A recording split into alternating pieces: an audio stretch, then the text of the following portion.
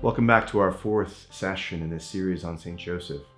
And already we've seen a lot about his character, not by virtue of words, but by virtue of both the actions of St. Joseph, but also the actions of God the Father. Because if God the Father chose this man to be the father on earth of his son and the spouse of the mother of God, obviously he chose him for a reason. And in so doing, he's choosing someone with strength. We spoke about his capacity for silence, being lost in wonder, his reasoning powers, his receptivity to revelation, and his obedience. But to be obedient means you have to be strong.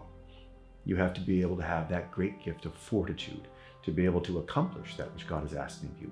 And he was not asked to do something that was easy. Oftentimes you see in the depictions of St. Joseph that Joseph is sort of almost a frail old man. Now that comes from one of the early gospels that was not accepted by the church as an official gospel.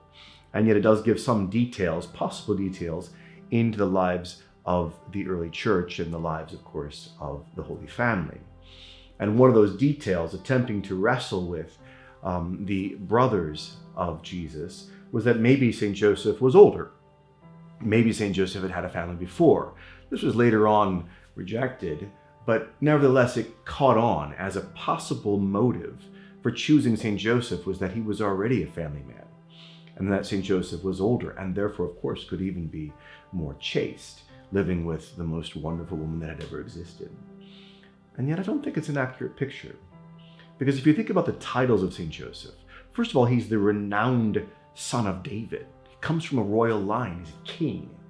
And as a king, he is engaged with bringing to fulfillment his own line in the Son of God. He's the light of the patriarchs. Can you imagine any of the patriarchs being depicted as something old and feeble? On the contrary, the very thing that patriarch conjures up in your mind is one who has a great deal of power and fortitude.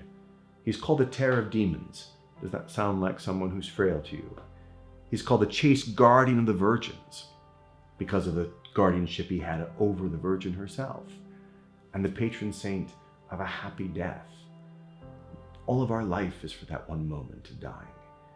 And one of the things that we fear is being alone at that moment, not just other people around us, but alone in terms of the heavenly host.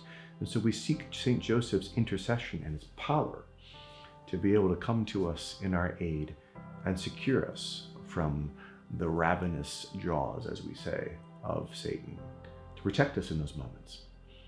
And so what we see in St. Joseph is not something that is old and frail and off to the side. What we see is virility. What we see is that sort of youthful, strong capacity to do something like protect the Holy Family. For under his guardianship, under his time, nothing happened to the Blessed Virgin Mary or to the child Jesus. It was after his death, of course, as the tradition holds, that it was time then for our Lord to make that sacrifice of his own life. But while St. Joseph was alive, he was charged with making sure life had life. And he protected that. That is a sign, of course, of strength.